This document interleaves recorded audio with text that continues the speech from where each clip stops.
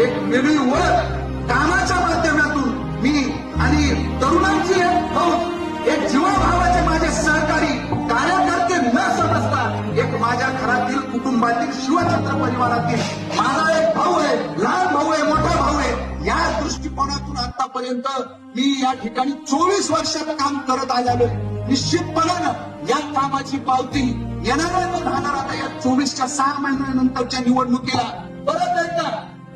मी समोर त्याच्यात काही मात्र शंका नाही. कमी आहे 19ला निवडणूक झाली,